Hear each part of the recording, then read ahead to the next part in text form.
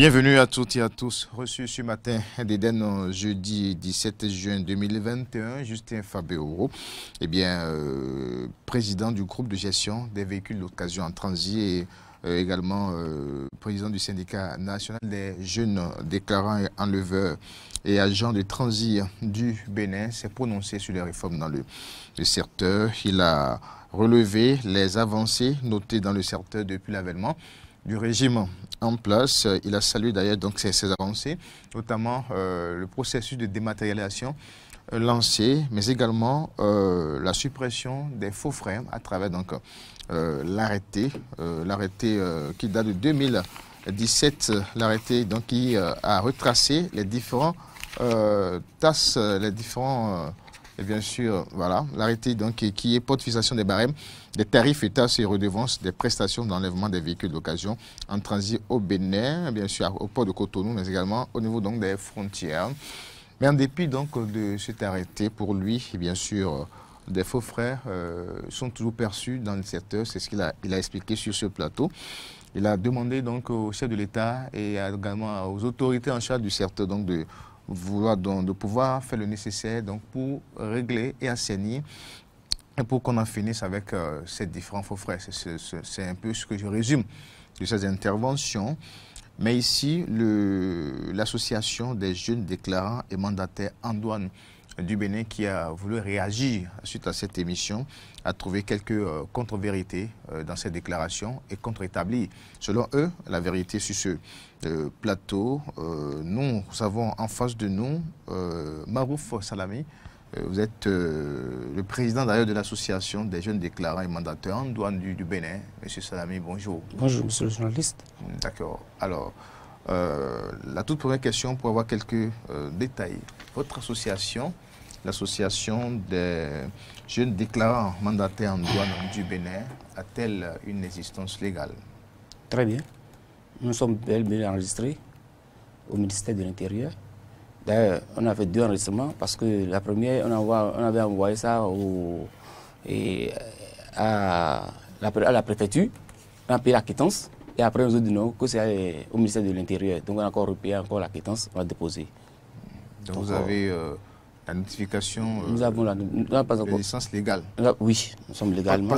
Vous avez la notification avec vous là? Non, je n'ai pas ça ici. Vous ne l'avez pas là? Non, pas encore.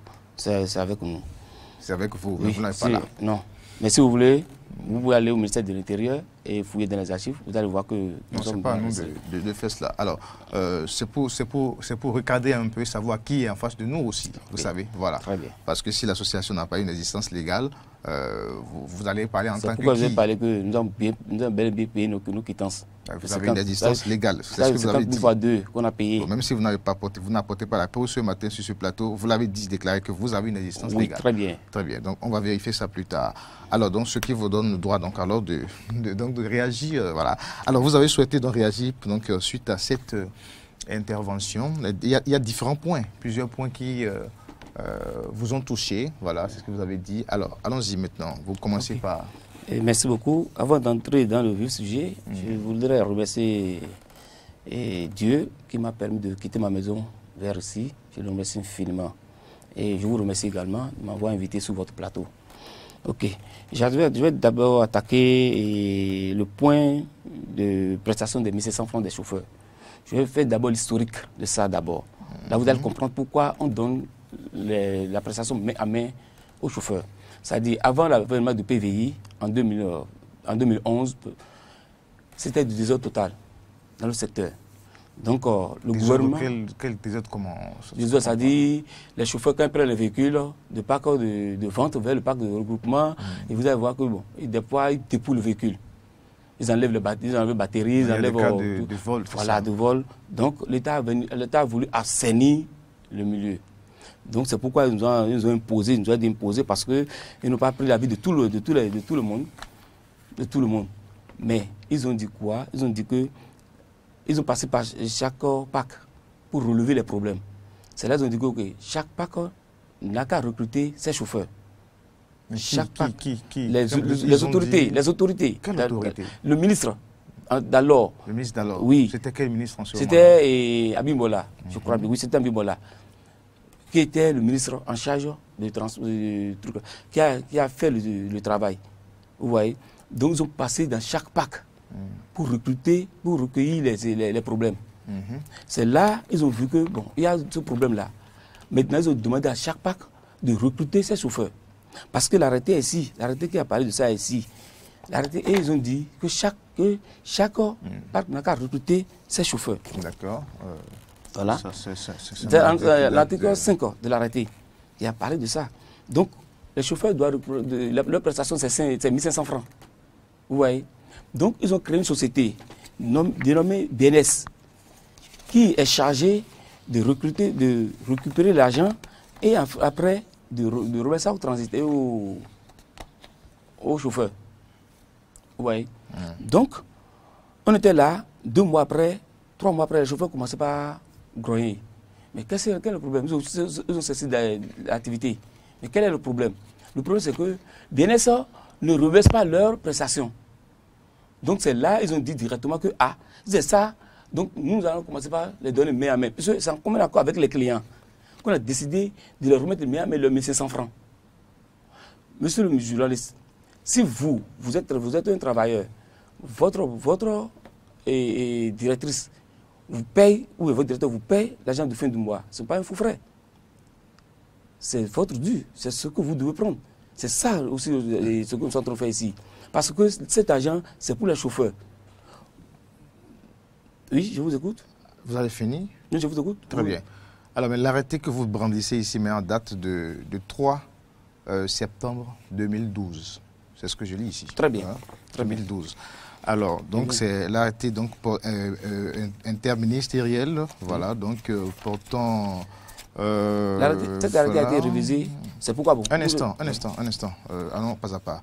Alors, donc, l'arrêté que vous avez ici date de 2012 et qui définit, donc, pour les véhicules de transit, donc, les tasses et autres à payer. Alors, l'arrêté là est signé, Valentin Djenotin à Gossou et puis Joseph Bian qui était ministre des Finances en ce moment. Mais l'arrêté de 2017, qui certainement abroge les dispositions antérieures, ne définit pas... Attendez un instant. Oui. Dans cet arrêté de 2017 maintenant, qui date de 2017, ne définit pas, ne prend pas en compte les chauffeurs. Pourquoi? Alors, pourquoi ça continue alors dans le domaine? Pourquoi vous brandissez... Un instant, je n'ai pas fini. Pourquoi vous brandissez un arrêté? C'est pour vous dire... J'ai dit que je fais l'historique des 1500 francs. Donc ça, je vais faire l'historique des 1500 francs. Il faut que je brandisse ça d'abord. C'est ça qui justifie. Voilà. Mais pour 2017, ça ne tient plus compte. Pourquoi? Voilà. Parce que ça tient compte toujours. Est-ce que ça n'est pas défini? En son article 6. L'article 6. En son article 6. Je crois que c'est 6. Ou bien... Non. En son article 4. C'est bien l'organisation du convoyage des véhicules d'occasion des parcs de vente vers les parcs de regroupement et la gestion des conducteurs prestataires sont confiés aux fonctionnaires des douanes et l'appui de... Voilà. Et ça ne se fait pas. Ça ne se fait pas. Un instant. Des douanes et l'appui des militaires. Des militaires, ça ne se fait pas. Parce que normalement, c'est les douaniers qui doivent maintenant recruter les chauffeurs. Ça ne se fait pas. Ça ne se fait pas. Parce que le même système continue. Le même système continue. Donc vous reconnaissez quand même que ça ne devait plus être le cas. Je dis, c'est ce que je dis. Ça veut dire que les chauffeurs dont on parle ne doivent plus exercer légalement. Non. Si les chauffeurs n'exercent plus, qui va conduire les véhicules de parc de vente vers les parcs de regroupement? Ce qu'on dit, c'est l'arrêté. Nous tenons compte de l'arrêté. Oui. On dit maintenant que ça revient aux fonctionnaires de douane avec l'appui des militaires. Mais ça ne se fait plus. Nous payons la prestation sans service rendu. Vous êtes d'accord avec moi? Je paye une prestation sans service rendu en ce moment-là. Alors que, pourquoi nous sommes arrivés... Cette prestation n'est pas définie par la loi dans ce moment, pas reconnue. Ça revient maintenant aux douaniers et aux militaires d'expliquer pourquoi ça ne se fait pas. Maintenant, dans cet arrêté, c'est bien dit dedans que ça va être confié à une société privée. Dans l'ancien, c'est comme ça qu'ils ont dit. Donc, les parcs ont recruté des chauffeurs, des sociétés privées qui ont recruté eux des chauffeurs maintenant. Et maintenant, quel est le problème? Qu'est-ce qui nous a amené à maintenant payer main à main? C'est parce que la société BNS qui a été créée, qui est chargée de récupérer cet argent, ne reverse pas l'argent aux chauffeurs. Donc nous avons, en commun accord avec les clients, on a dit, ok, maintenant, comme c'est comme ça, nous allons payer main à main aux chauffeurs.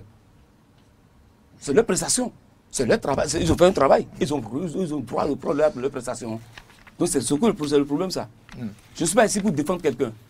Je suis ici pour défendre... Donc je vous précise encore que l'arrêté qui est en vigueur actuellement ne l'a jamais dit comme ça. Non, jamais dit. Ne l'a jamais dit. Ça, vous le reconnaissez vous-même. Je sais ce que je dis. Très bien.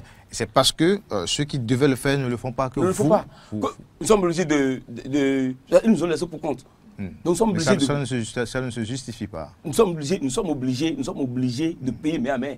Parce que si on ne paie pas, qui va prendre les véhicules de Pâques de Vous êtes d'accord avec nous que ça tombe dans le cas des faux frais? Ce ne sont pas faux frais. C'est ce que je dis. C'est leur prestation. C'est ce qu'on doit les payer.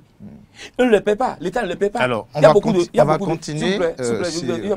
a beaucoup de frais dans le BFU que nous payons sans vous avez 27 minutes pour apporter vos réponses à beaucoup de questions. On va continuer alors après donc l'affaire des 1500 de chauffeurs. Il y a beaucoup de frais dans le BFU que nous payons sans service rendu.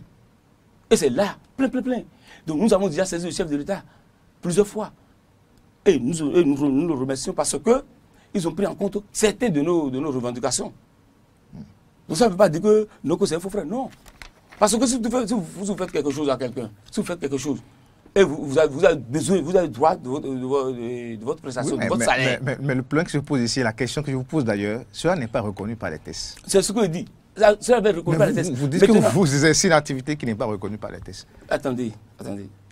J'ai dit tout à l'heure. Attendez, laissez-moi expliquer. Laissez-moi aller au bout. Mais vous l'avez expliqué. Vous avez brandi un arrêté de 2012 alors qu'il y a un autre arrêté qui n'en parle pas du tout. Et c'est ça le problème. Pourquoi l'État ne le fait pas? Pourquoi l'État ne le fait pas? Alors qu'on les a saisis plusieurs fois. Bon, si vous... Cela nécessite l'intervention pour en finir avec ce point. Parce que on n'a pas toute une journée ici pour en parler. Voilà. Alors, cela nécessite maintenant l'intervention des douaniers militaires selon l'arrêté. Pour connaître la vérité dans ce dossier-là. Si les douaniers militaires alors, ont laissé la main, on poursuit maintenant. Okay. Alors, vous avez soulevé d'autres points également.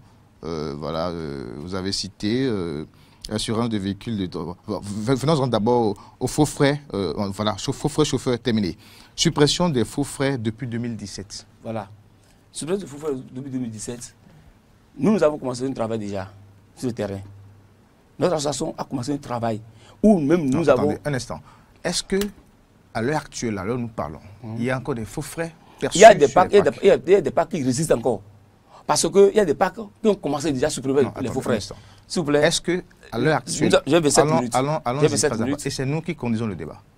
Est-ce qu'à l'heure actuelle, il y a des faux frais qui sont toujours perçus malgré l'arrêté de 2017 dans le secteur? Et je dis qu'il y a des packs qu'on a déjà commencé le travail, et les packs qu'on commence à supprimer les faux frais d'eux-mêmes.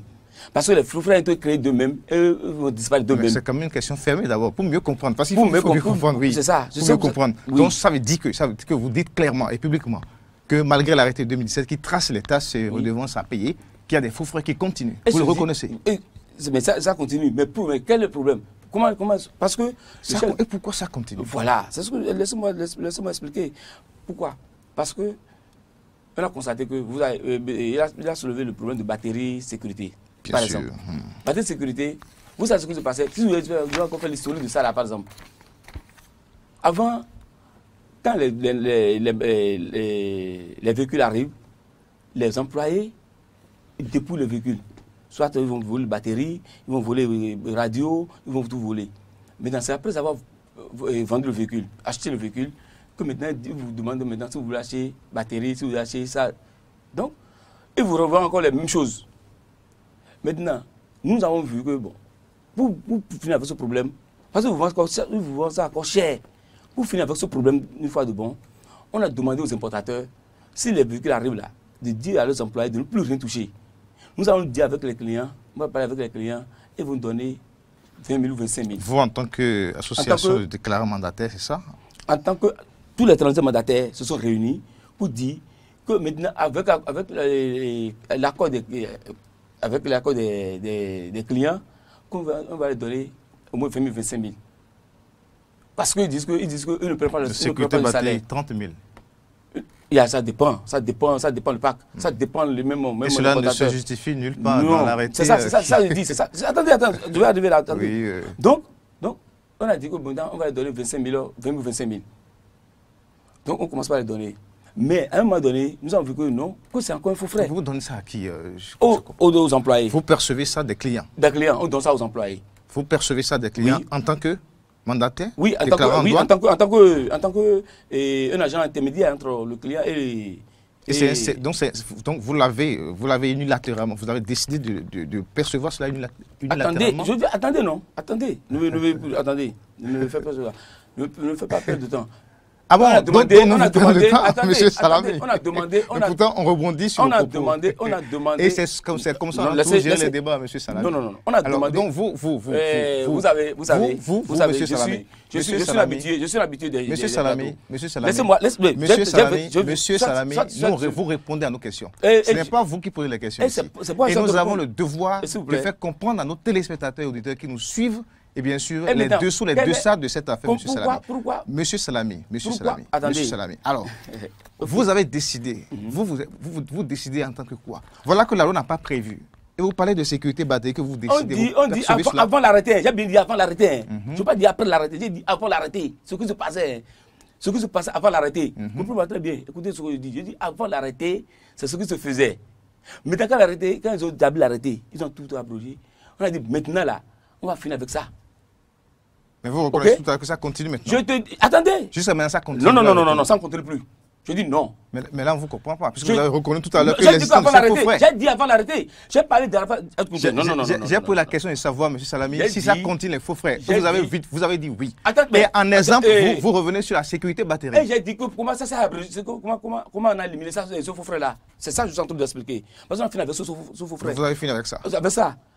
Et je vous ai dit qu'il y a des alors, si ça avait fini, quels sont les faux frais qui continuent? Parce que non, il faut que je vous explique ça. Sinon, si on ne vous explique pas, les gens ne vont pas comprendre ce que nous sommes en train de dire. Je dis qu'il y a des packs. J'espère que la régie nous décompte les 27 oui, il n'y a pas de problème. Il n'y a pas de problème. Faut nous faire il n'y a pas de problème. Allons-y. Je dis que, et quand ils ont fait sortir l'arrêté, on a vu que, effectivement, que c'est un faux frais. Maintenant, comment faire pour finir avec ce faux frais-là? Nous avons rapproché des parcs. Nous avons rapproché des parcs, des grands parcs. On s'est rapproché des grands parcs. Bon. Maintenant, nous ne voulons plus attendre de se parler des faux frais, de frais. Sinon, nous sommes obligés de vous traduire en justice. Parce que c'est un faux frais. Mais les parcs ont dit d'accord. Progressivement, nous avons fini avec ça. Et il y a un parc. Qui a décidé, et quand vous rentrez dans ce parc-là, vous n'allez plus trouver ça. Il y a au moins un parc d'abord, deux parcs. Il y a le parc GTS, il y a Almandina et Bala. Mais GTS, lui, il a fini avec ça. Si vous rentrez dans le parc, vous payez quelque chose là, vous n'avez plus payé même sécurité de batterie, même cachet, rien. Vous prenez vos dossiers et vous sortez. Si c'est faux, prenez vos micro-caméras, allez voir, allez vérifier ce que vous êtes en train de dire. Nous nous sommes rapprochés de Almandina et on a parlé avec eux. Ils ont accepté. Pour dire oui, nous allons accompagner les réformes. Nous sommes allés à Bala, même chose. Donc progressivement, nous sommes en train de passer des packs. Pour finir avec ce frère, une fois de bon. Donc aujourd'hui, maintenant, là, vous n'allez plus entendre parler, si je quitte ici tout de suite, là, nous allons encore faire réunion avec eux, et vous n'allez plus entendre parler de ces faux frères-là. Parce que, quand on parle de ces faux frères, c'est comme si nous sommes allés contre les réformes du gouvernement. Alors nous ne devons pas aller contre les réformes du gouvernement. Nous devons accompagner les réformes du gouvernement. Nous avons beaucoup de soucis. Donc, quoi faire? Il faut qu'aujourd'hui, les clients ne viennent pas. Les clients ne viennent plus. Pourquoi? Quel est le problème? C'est ça que nous devons penser. Nous devons penser à ça là. Mais aujourd'hui, quand vous prenez le coût de Naira aujourd'hui, et la valeur de Naira et CFA, c'est presque la même chose. Donc sur la suppression des faux frais, alors vous allez dans le même sens, c'est le même combat que M. Fabero qui dénonçait. Vous ne savez pas ce qui se passe. Vous savez, je vais dire quelque chose. Tout de suite. Et la nuance alors? Fabero, c'est bon, c'est un syndicaliste comme moi. Vous savez ce qui se passe avec Fabero? C'est ça que je vais vous expliquer tout à l'heure. Fabero, regardez ceci. Ce qu'il est en train de vendre lui-même, comme faux frère. Qui a donné le droit de vendre ça là? Je montre ça à tout le monde. Qui a donné le droit de vendre ça là? C'est l'État qui a donné le droit de vendre ça là. C'est ça qui a mis le problème. C'est ça qui est le problème, ça. Vous savez, il nous a reproché. Ça veut dire quoi? Ça veut dire, il dit que c'est un macaron. S'il vend ça à 2000 francs, tu n'as plus le droit de payer quelque chose sur le parc. Parce que qui sont ceux qui payent à 2000 francs? À qui on vend ça? Ils vendent ça au transitaire. aux transitaires. Vous avez les preuves que des transitaires ont payé ça. Et ils ont payé, ils ont payé, je vais mettre ça là. Qui ont des reçus. Appelez-le, il n'a qu'à venir. Il m'a appelé. Donc vous êtes prêt pour le débat contradictoire? Je suis prêt pour le débat. Même il y a des preuves que je vais amener. Parce que je ne vais pas tout amener. Si il est prêt là, je ferai avec les preuves et nous allons voir qu'il y a en train de créer des faux frais. Qui est en train de poser problème au chef de l'État? Il est en train de appeler le chef d'État au secours. Nous ne voulons pas appeler le chef d'État au secours. Mais nous allons lutter en nous-mêmes là pour finir avec les faux frais. Non, le chef d'État a beaucoup de choses à faire. Le chef d'État connaît tout ce qui se passe au port. Non, il connaît tout ce qui se passe au port. Donc ce n'est pas nous qui disons au chef d'État de venir. Vous savez, je vais aller plus loin. Non. Le combat est le même alors de non, votre côté. Attendez, non. C'est parce que les gens ont refusé de l'aider à vendre ça là. Il a eu un problème entre lui et les chauffeurs. Il a commencé par dénoncer les chauffeurs. Vous savez, quand il avait confectionné ça là, il s'est approché des syndicalistes qui ont regardé, qui ont dit d'accord, on va t'accompagner. Mais ils ont vu que sur le terrain, nous, notre association, peut aller contre eux. Ils nous ont rapprochés. Ils sont venus nous voir, ils nous ont appelés. Et quand on a commencé à parler, il a dit que c'est contre 0 francs. J'ai dit, monsieur Justin, tu as confessé quelque chose. Ou tu as mis la main dans la poche, tu as fait. Il a dit contre 0 francs. Oui, attendez. Pourquoi vous dites attendez, ne prenez pas la parole. Attendez. C'est pourquoi vous posez une question, je vais répondre. Mais c'est nous qui vous posons la question. Laissez-moi aller jusqu'au bout. Mais vous n'allez qu'à nous apprendre notre métier. Non. Nous allons chaque fois rebondir. Vous n'avez pas nous imposer comment gérer le débat ici. Nous allons chaque fois vous rebondir sur les questions si c'est nécessaire. Parce que c'est notre boulot et nous savons et bien sûr l'exercer. Alors dites-nous, vous avez dit qu'il a déclaré ça à 0 francs. Monsieur Fabero, dans les investigations, avant d'animer ce plateau, nous disait que ces macarons, en réalité, c'est pour que les véhicules portant ces macarons soient complètement exempts des faux frais, selon ce qu'il dit dans la lutte contre, bien sûr, la suppression des faux frais et autres là. Alors maintenant, vous dites que c'est vendu à 2000 francs. Je continue. 2000 francs, parce que lui déclarait. C'est pour ça que le débat contradictoire est vraiment nécessaire pour que les auditeurs puissent comprendre. Je continue. Il s'est rapproché de nous, il nous a appelés, et nous sommes là à le voir. Il a dit que c'est contre 0 francs. Nous l'applaudissons, vous dites très bien. Mais contre 0 francs, tu es sûr? Est-ce que moi, je me mets la main dans la poche, je fais sortir l'argent, je fais ça là, et je partage ça gratuitement? Il est en train de continuer, il a commencé par contourner, tourner. Quand celui qui nous a appelé a dit, mon frère, dis-le la vérité. Ça là, c'est 5 000 francs. Hein? Et 5 000 francs, on va dégager l'argent de l'imprimerie et le reste, on va voir comment faire. C'est qui disait ça? Celui qui nous a appelé. Je tais son nom pour le respect que je lui dois. Parce que donc c'est pas M. Fabero qui vous a dit directement que c'est... Non. Lui vous a dit 0 francs. Lui a tourné. Parce que je ne veux pas dire le montant. Mais pourquoi vous avez dit que c'est vendu à 2000 francs aujourd'hui? Attendez, non. Non, laissez-moi aller. Parce que je vais commencer par l'historique. Maintenant. Donc il y a un autre inconnu qui vous a dit... Attendez, non. Il a envoyé quelqu'un vers nous, non. Il a envoyé tous les gens vers nous, non. Maintenant, il a dit que c'est 5 000 francs. Nous, on a dit que si c'est moyen de l'argent là, nous ne sommes pas dedans. Parce que l'État n'a pas défini ça là. Donc, on nous a contourné, il est parti voir les chauffeurs. Il est parti voir le président des chauffeurs. Il a dit au président des chauffeurs, parce qu'il voit que c'est quelqu'un qui est influent. Il a fait un protocole d'accord gagnant-gagnant avec le président des chauffeurs, qui est ici. Protocole d'accord avec le président des chauffeurs, signé Fabero. D'accord? Pour la vente de ce document. Pour la vente de ce document, à 2000 francs. Le monsieur a pris. Il a vendu. Parce que les syndicalistes, quand ils ont su qu'ils ont dû vendre ça là, ils sont partis le voir pour dire qui t'a donné l'ordre de vendre. Et il a dit directement que non, que c'est M. Fabero qui l'a donné de vendre. Il dit mais pourquoi? Parce que c'est un faux frère. Aucun ministre. Alors, mais ici maintenant. S'il vous plaît, laissez-moi. Vous ne me coupez pas. Ne me coupez pas d'abord. Un instant. Alors, je lis protocole d'accord dans le cadre de la mise en application des recommandations issues des assises du séminaire du 28-29 juin à la grande salle de conférence CLCB de la conférence de presse publique à Kodiam, voilà, portant sur les merveilleuses réformes dans le secteur des véhicules d'occasion. Les organisateurs du séminaire, représentés par le secrétaire général de Saint-Gédab, M. Fabero Justin, et l'Union des chauffeurs opérant sur les parcs de vente, représentés par son président, Manzourou Yessoufou, signent un protocole d'accord pour améliorer les conditions d'enlèvement des véhicules d'occasion après le paiement des BFU réglés. Ainsi, les deux signataires,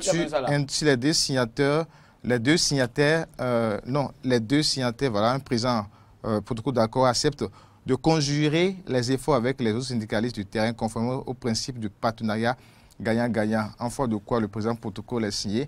Mais dans Et ce c'est ça- protocole, c'est ça- il c'est n'a ça. jamais été dit Non, c'est ça qui a qu'il y amené aura ça. vente. C'est ça qui a amené ça. Qu'il y aura vente. C'est ça qui a amené ça. Le Prenez vos protocole micros. ici dit Avant de faire un débat, les chauffeurs et les syndicalistes se mettent C'est ça, ensemble je dis pour que- améliorer je les dis que conditions. c'est ça qui a amené. Mais on ne parle pas de vente. Non, c'est ça qui a amené ça. Alors le document que vous justifiez ici pour parler de vente ne tient pas compte de cela. Monsieur Salami. Non, attendez, le chauffeur, celui qui a signé, il est là. Prenez-le. Oui, mais le document ne parle pas de vente de macarons ici. C'est ça qui a amené ça. Le macaron, Nous, on ne saurait accepter que vous dites quelque chose et que vous nous apportez quand même un protocole qui parle d'autre chose. C'est ce qu'il dit. Écoutez, si vous voulez arracher la parole, laissez-moi quitter le studio. Mais si vous ne voulez pas là, je vais continuer le débat. Je dis que c'est ça qui a amené ça. Je vous reprécise que ce n'est pas vous qui animez ce débat. C'est que nous qui animons le débat, c'est nous qui vous posons les questions. Vous avez sollicité un droit de réponse. Vous avez sollicité un droit de réponse à M. Salami. Vous avez sollicité un droit de réponse, vous avez accordé. Et nous avons l'obligation que les uns les autres, les téléspectateurs comprennent. Alors lorsque vous dites qu'il y a des macarons que les gens vendent à 2000 francs et que vous avez dit qu'il y a eu un protocole d'accord pour cette vente et que ici le protocole, ce que vous affichez ici ne parle pas de vente. Alors on a le droit de vous poser des questions. Oui. Et pourquoi vous refusez qu'on vous pose des questions? Je ne refuse pas. Posez-moi la question. Alors, mais dans ce protocole, je n'ai pas lu quelque part vente de macarons. On a bel et bien dit ici, voilà, un protocole d'accord pour améliorer les conditions d'enlèvement des véhicules d'occasion après le paiement des BFI réglés. Très bien. Et c'est ça là, c'est ça après le paiement de BFI là. Si vous avez ça là, et vous sortez sans payer 0 francs. Alors qu'avant de prendre ça là, tu payes 2000 francs. Si vous payez. Est-ce que vous avez des reçus de paiement comme ça que vous avez sur vous ici? Quoi? Non. Vous avez des preuves de reçus que les gens ont payé de macarons à 2000 francs. Je vous dis, tu as reçu, c'est ça non? C'est ça on te donne non? On te donne ça là, c'est fini et tu donnes les 2000. Mais ce que vous dites là, ça ne se comprend pas. Voilà, ça, vous n'avez pas de preuves sur ce plan, vous n'avez pas de preuves, vous n'apportez pas malheureusement de preuves, monsieur Salami. Nous sommes dans un secteur où... Ce n'est pas moi qui le dis, mais tout le monde le constate. Nous sommes dans un secteur où, si tu perds de l'argent quelque part, ce n'est pas forcément qu'on va de reçu. Ah bon? Par exemple, le problème de cachet qu'il a évoqué, cachet 2000 là, on vous donne reçu. Demandez-le si on le donne reçu. Demandez-le s'il peut cacher 2000 francs là. Donc c'est un secteur où on crée. Je dis, en matière de... Vous créez les acteurs, voilà. C'est pourquoi lui-même vous rançonnez les pauvres clients de véhicules. Ça ne se comprend pas quand vous dites qu'on paye ici, on paye ici. Nous sommes dans un milieu où il y a business. Quand vous allez même aux États-Unis partout là. C'est du business, vous en faites un business. Mais c'est business. Si vous allez en Europe partout, ils ne sont pas tous les frais que vous payez, que vous reçu. Moi, je ne veux pas parler de trucs là. Moi, j'ai des preuves. J'ai des preuves. Peut-être que vous n'en avez pas. Mais moi, j'ai des preuves. Ou, même en Europe, là, il y a la corruption. Comme vous avez dit, il n'y a pas la corruption. J'ai des preuves. Parce que je suis dans un secteur où... Donc vous en faites la corruption.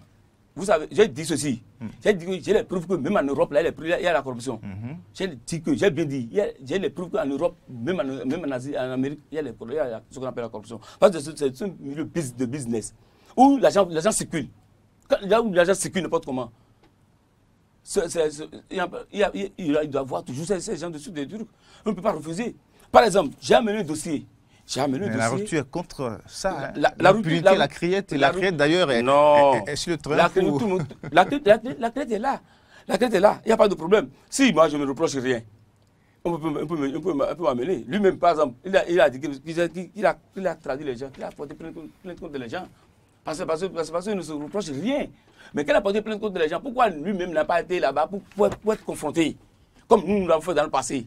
Nous, dans le passé, on a convoqué les gestionnaires de parc, on a convoqué les importateurs. On nous appelle, quand ils sont là, on nous appelle pour dire venez. Nous on va, oui, mais le passé c'est le passé. Mais le présent c'est qu'il y a une arrêté. Et malheureusement on constate quand même que malgré cet arrêté, ça continue des faux frères. Vous l'avez. Nous sommes dans le divers. C'est du divers. Parce que le débat même là n'est plus là. C'est du divers. Ce que vous entendez là, c'est du divers. Laissez-moi même rentrer dans le débat. Mais juste là, vous n'êtes pas dans le débat. Malgré tout le temps qu'on a passé. Maintenant, quand les syndicats sont allés voir le président des chauffeurs pour dire, mais qui t'a devant ça là? Il a dit que oui, que c'est un protocole d'accord, qu'il a signé avec Justin et qu'il a permis de faire ça là. Maintenant, c'est pas fini, laissez-moi. Un instant, monsieur Salami. Je voudrais passer donc le message à la rédaction, puisque vous avez 27 minutes comme M. Faberou. Donc si les 25 minutes se sont écoulées, que la rédaction nous fasse donc signe sur ce plateau. Merci bien. Alors. Ok, je continue. Donc, quand ils sont partis voir le président des chauffeurs qui a dit oui que c'est... Mais ça, pas maintenant, ça, vous avez expliqué de fond maintenant, déjà, c'est pas fini. Voilà, oui. Lui, il est parti, maintenant, il est parti voir M. Fagourou pour dire... Parce qu'il a appelé le sous-secrétaire pour dire, regarde-moi dans l'arrêté, le nouveau arrêté là, est-ce qu'ils ont mentionné ça là-dedans? L'autre a dit non. Maintenant, il est parti voir M. Justin pour dire, ah, ça là, c'est un faux frère aussi. Et je ne peux pas vendre ça. Quand il a dit, l'autre a dit, ah bon, c'est bon, c'est ça, ok. C'est là la guerre même a commencé entre eux. Parce que là, d'accord, les bêtises que tu prends là, que toi tu prends là, c'est un faux frère. Alors que l'autre, il a l'arrêté. C'est vraiment difficile de comprendre l'autre. Je crois que le débat contradictoire sera nécessaire. Non, l'autre, il dit, c'est le président des chauffeurs. Parce que l'autre, là... Vous pouvez l'appeler pour recueillir des informations chez lui aussi. Parce que son numéro est là. Vous pouvez l'appeler et recueillir des informations. Lui aussi va vous expliquer. Parce qu'il a traduit le monsieur, il a plaint contre le monsieur. Le monsieur est parti, mais il n'est pas venu. Le monsieur est parti, il a mené toutes les informations. Alors maintenant, maintenant, la disparition des véhicules d'occasion. Il a dit que c'est en 2017 que, grâce à l'arrivée du président Patrice Talon, que le véhicule d'occasion se porte bien, à merveille. Moi, je dis ici que, on a dit la vérité au chef de l'État, pour que lui-même n'a qu'à savoir que, attention, il y a un problème dans le secteur et il faut régler. C'est mieux que de le divertir. Je dis, j'ai un document ici, tiré de Sidonia, qui montre clairement que ce n'est pas de 2017 qu'il y a baisse de trafic. Ce n'est pas de 2017 qu'il y a baisse de trafic. Ce document. Lisez-nous l'intitulé de ce document. Non, je ne peux pas vous lire ça. Parce que c'est... Mais si vous brandissez un document, vous ne voulez pas l'intituler, mais ça veut dire que vous en savez comme preuve, non? Non, comme un support. Non, c'est un support. Parce que je vais vous expliquer pourquoi il y a ce qui s'est passé. Mais il faut nous lire l'intitulé de ce document. De quoi il est question? Vous brandissez un document, on doit savoir de quoi il est question. Nous l'avons tiré de quelque part. Nous l'avons tiré de quelque part. C'est comme si je vais sur Google et j'ai vu quelque chose qui m'intéresse et j'ai tiré. Oui, mais nous, on ne peut pas avoir confiance. Quelle est la fiabilité de ce que vous brandissez? Vous parlez des statistiques dans le secteur. Alors, ça fait deux documents que vous brandissez et dont les contenus sont douteux, M. Salami. Ce que je dis là, ça n'engage que moi seul. Ce que je veux dire ici, là, ça n'engage que moi. Non, moi, je ne vous permettrai pas sur nos antennes de vous baser sur un document dont la fiabilité n'est pas prouvée ici. Pour donc faire un débat ici. Parce que ici, nous avons la vérification des faits. Nous vérifions ce que nous disons. Et si vous avez un document dont la fiabilité n'est pas admise, simplement, vous allez, vous allez simplement retirer cela de vos propos, de vos interventions et parler d'autres choses. Ça veut dire que ce n'est pas des trucs que nous allons accepter sur ce plateau. On ne va quand même pas venir ici se baser sur de n'importe quoi pour commencer par... Je vais aller sur d'autres plateaux pour parler. Là, je vais parler librement. Parce que ici, peut-être sur d'autres plateaux, ça c'est pas facile. Mais je ne crois pas. Dans la presse, avant d'avancer des chiffres, il faut avoir les preuves de ce que vous dites. C'est vous qui devez faire vos investigations avant de venir et je vais parler. Nous avons fait des investigations pour le débat. C'est pour ça que nous faisons les questions. Excusez-moi beaucoup. Avant de venir sur votre plateau là, c'est pas facile. Parce que vous savez, c'était hier, je devais passer. Mais vous avez un problème aujourd'hui. C'est pas facile. Qu'est-ce qui n'a pas été facile? Non, j'ai appris tout ce qui s'est passé. C'est pas grave. Allez. Qu'est-ce qui s'est passé? Je réponds à vos questions. Vous êtes devant la caméra. Qu'est-ce qui s'est passé? Je laisse ça là. Non, laissez tomber ça là. Laissez tomber ça là. Maintenant, je laisse ça. On ne viendra pas sur un plateau de télé avec des documents. Nous, ce qui nous préoccupe là, c'est le bien-être de tout le monde, des acteurs portugais. Merci. Je crois qu'on a vidé les 27 minutes. C'est pas grave. Malheureusement, vous avez eu 27 minutes pour vous justifier, mais malheureusement... Ce qu'on a fait là, ce qu'on a fait ici, tout de suite là, ce n'est que de spectacle, de scène et de théâtre qu'on a fait ici. Vous êtes l'acteur principal de ce spectacle. Et malheureusement, sur le plateau de télévision, vous n'allez pas venir. Donc vous avez distrait notre auditoire pendant tout ce temps, M. Salami. C'est vous qui m'avez distrait. Ça ne se fait pas quand on est un patriote, M. Salami. Merci à toutes et à tous d'avoir suivi cette édition. Merci. On ne va pas continuer avec, et bien sûr, ce type de débat. Ça ressemble à un peu de la plaisanterie. Ça ne se passe pas comme ça sur un plateau de télévision. Merci à vous, auditeurs de la 102.3. Merci également à vous, téléspectateurs. On aura le temps de continuer sur le débat contradictoire si cela donc est nécessaire.